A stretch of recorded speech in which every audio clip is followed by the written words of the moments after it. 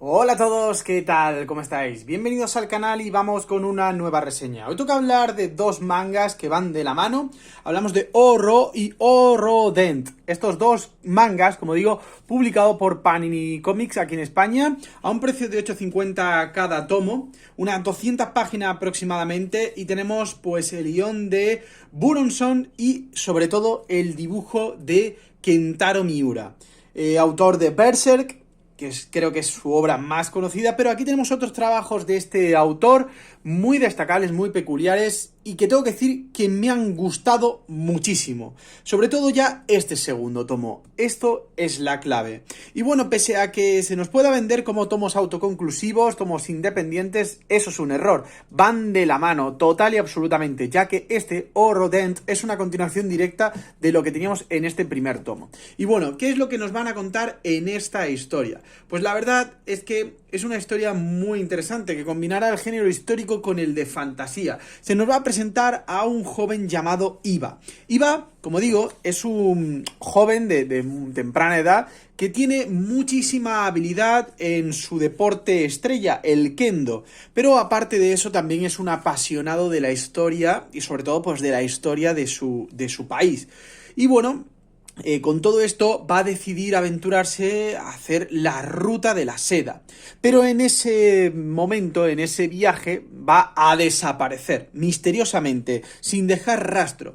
Pues bien, su novia, Kyoko, sumida en un profundo pesar porque lleva ya más de un año de espera de regreso de su amado, decide no esperar más y viajar a la zona en la que él, pues parece ser que se perdió o que se dirigía, y allí de repente va a ser engullida por un gigantesco tornado que para su sorpresa la va a trasladar a la China, pero del siglo XIII. Y es que ese tornado va a ser como una especie de bucle temporal que hará que arranque ahora sí nuestra historia. Ahora vemos que ese viaje temporal nos va a llevar a lo que es el foco de esta historia, ¿no? Pues bien, ahí vamos a ver que ese periodo histórico donde China, en el siglo XIII, estaba sometida bajo el yugo de Gengis Khan, conocido también como el Lobo de las Estepas, y pues era el regente además del Imperio Mongol. De hecho, Gengis Khan fue quien hizo al Imperio Mongol uno de los imperios más poderosos de toda China. Pues aquí Kyoko se encuentra a su amado Iba luchando en una especie de circo de gladiadores, de arena para la supervivencia, y a partir de entonces comienza a vivir aventuras e intentar sobrevivir a esos violentos y oscuros tiempos, pero con un factor determinante: no podrán hacer cambiar la historia. Y eso va a jugar tanto en su favor como en su contra. Un tomo lleno de acción. El primer tomo aquí pues hace un ejercicio muy interesante de ficción combinando con esa historia del Imperio Mongol y de la China del siglo XIII. La verdad es que a golpe también de leyenda o profecía nos mete una historia brutal.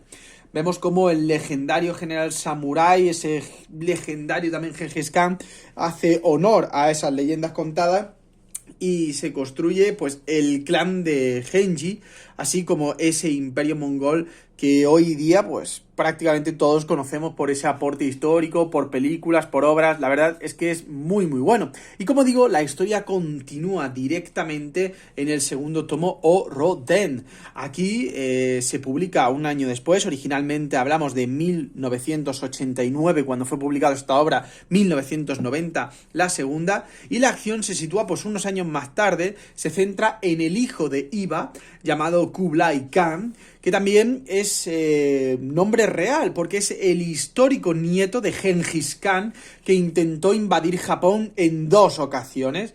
Pues bien, en este tomo vemos cómo evoluciona toda la trama y sobre todo pues vemos crecer a ese joven hasta convertirse en un indómito guerrero.